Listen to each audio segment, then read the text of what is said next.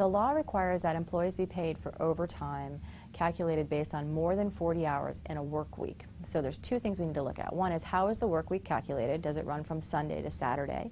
And the second, what about actual hours worked? So the other component is, if you have a paid day off in there, we don't count those 8 hours of paid time off as actual hours worked towards the overtime. So overtime is based only on one work week and the actual hours worked within that work week. One of the common misconceptions is about breaks.